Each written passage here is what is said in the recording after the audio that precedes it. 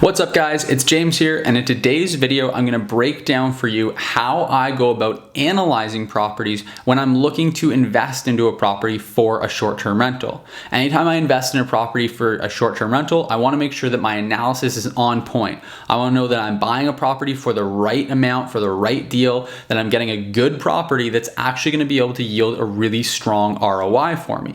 Now, I talked about in a previous video how I was able to, and I showed you the numbers behind how I was able to get a 258% return on investment in the first year, in 1 year, with our most recent investment in a property for a short-term rental that's in cottage country near Toronto. Now, in a market that is as competitive as the one near Toronto is, and a lot of real estate markets are right now, finding a deal that yields those kind of numbers is absolutely unheard of. Honestly, it's unheard of even in a non-competitive industry, in a non-competitive market, I should say.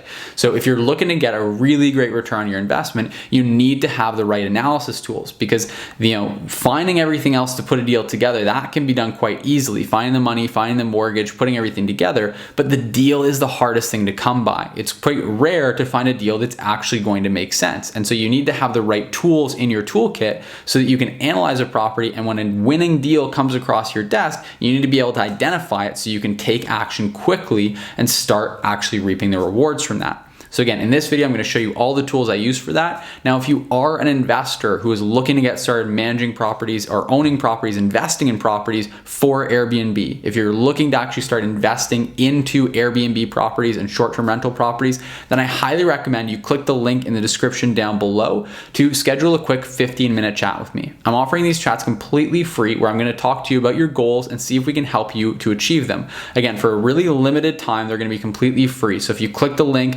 you might be too late, so I apologize if there aren't any times available on that link. But if you do click it and you see some times available, then book one right in there. You'll want to make sure you get in before we close things up, because this is only going to be around for the next couple of weeks, where you can schedule a call with me, and I'm going to see if we can help you to get your goals. Over the next 6 months here, I'm going to be working with a really small, tight-knit group of students to help them actually get started investing in short-term rentals and help you to buy your first or your next short-term rental property. So if that's something that you're interested in, you want to start investing in Airbnbs, then just go ahead and click the link below to schedule that quick 15-minute chat with me. I highly recommend you do that if you're interested in getting started investing in short-term rentals. Now, without further ado, let's jump over to the computer so I can walk you through the numbers and how I actually analyze properties. All right, so let's jump in here. I want to talk about how I analyze properties for short-term rental, for an investment in an Airbnb.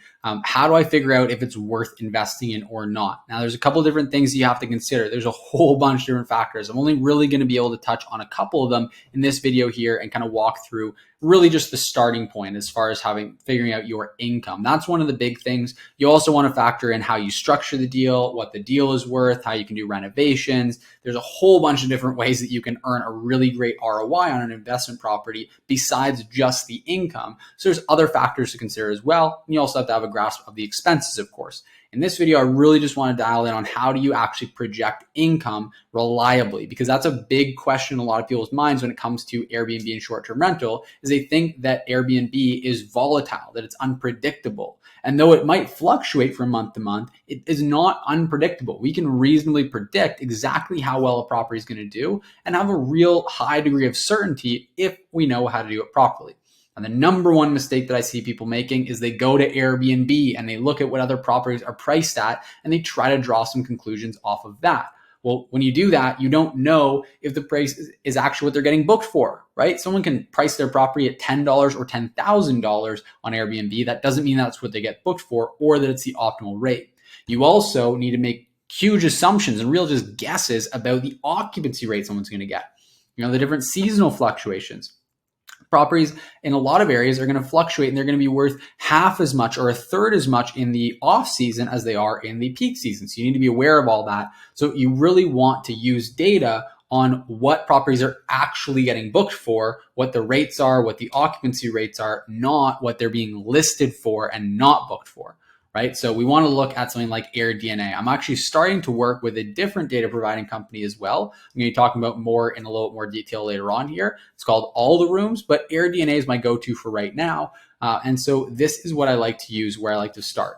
So for example, if I'm investing in an area like here in this Peterborough area, now for those of you who don't know, which is probably pretty much everyone watching this video, Peterborough is a small town. Well, it's not too small. It's about 78,000 people just outside of Toronto. So if you look, Toronto's over here on the map, and then we've got the highway, we've got 401 here, we've got 115 goes up to Peterborough. So this is about an hour and a half drive from Toronto, this distance here. And then all up in here is really great cottage country. Lots of great lakes. You can see all the nice lakes here. And so people like to go and cottage up here. And then there's also a lot of cottaging that goes on up more northern, north of Toronto, kind of directly north of it, in what would be called the Muskokas. So this is Kawartha Lakes over here. You can see Kawartha Lakes, and then you've got the Muskokas up in this area here. This is generally all great cottage country here. And so out here, we want to really understand a couple of things. Now, number one is that the income for a property in the actual city of Peterborough is going to be quite drastically different from the income of, let's say, a lakefront cottage over in Kawartha Lakes. So if we look at the data for Peterborough as a whole, we're not going to get a really accurate picture of how well our property is going to perform. So we want to be able to isolate a specific area. Now, AirDNA is really great for that because you can use some of their tools to actually draw on the map. Let me just see which one it is here. Yeah, you can look there. I forget which tool it is, but you can actually draw on the map and draw and specify a specific area, specific geographical area that you want to really highlight.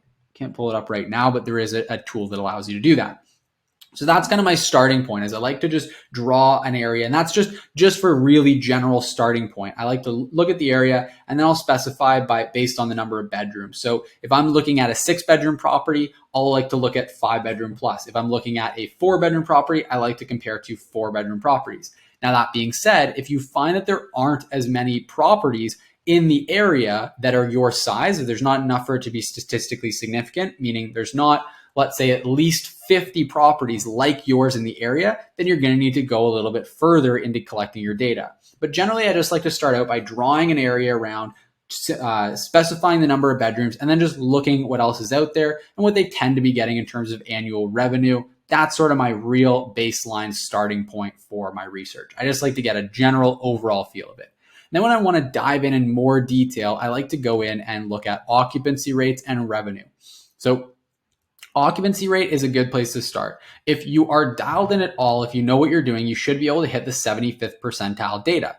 So you want to look at, again, specify entire home, because you're going to want to have an entire home listing, and you specify the number of bedrooms. For me, I like to err on the side of conservative. So I like to go, if I'm looking at our most recent investment, which was a 6-bedroom property, I like to go to 4 bedrooms and up. Because again, I want to keep that number high, active listings. So if I go to just 6-bedroom and up, then if you'll notice, I only have 26 listings. So I want to take something more statistically significant, and I would love to go on the lower end because that's going to bring my projections lower and make them more conservative, which is what I want. I don't want to over project by a bad property and not have it cash flow for me or be a good investment.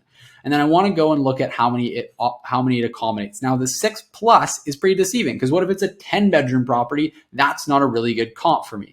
So I want to look at properties that are going to be between, let's say, 6 to 10. I'm going to even set this a little bit lower because, again, I want to be on the more conservative side. Our property can actually accommodate 12 people with the 6 bedrooms, but we're going to limit it to 10 because there is only enough bathrooms to support that many people. So I want to keep it on the side of caution, go 6 to 10. And let's see if we apply it. Now we've got 76 active listings. So that's a pretty good sample size there.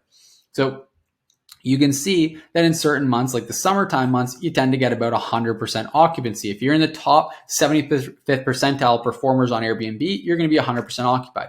What does that mean? It means the top 25% of hosts. The top 25% of hosts are going to be completely, entirely booked. And then the rest of them, you're going to see like your 50th percentile, meaning that your top 50% are going to average about 90% occupancy in the top months of the summer, 77% in another month there, and then as low as about 19% in the off season, compared to about 52% for the top 75th percentile. Because again, it's the off season, we're expecting that. So we want to basically run our projections and figure out what is the average occupancy rate. So the easiest way to do that is just to look at all these numbers and average them out over the course of a 12-month period. We can figure out our average occupancy rate pretty safely that way. We can look, and we can also just see There's a whole bunch of different little things that you can look at when you're going further into analyzing. For more on that, again, just click the link in the description down below. I go into a lot more detail about this once I'm actually working with a student, coaching them through it. I got to kind of go through all the nitty gritty details. And so if you want to if you're interested in that, you want to check that out, learn more about what it would look like to work with me personally and have me hold your hand through helping you invest in Airbnbs and profitable Airbnb properties, then just click the link in the description down below and you can schedule a quick 15-minute chat with me. We'll go over your goals, figure out if I can help you or not, and I'll point you in the right direction. Now, the next thing after occupancy I like to look at is rates, the actual nightly rates that you're going to get for your property. And I like to do it pretty much the exact same way.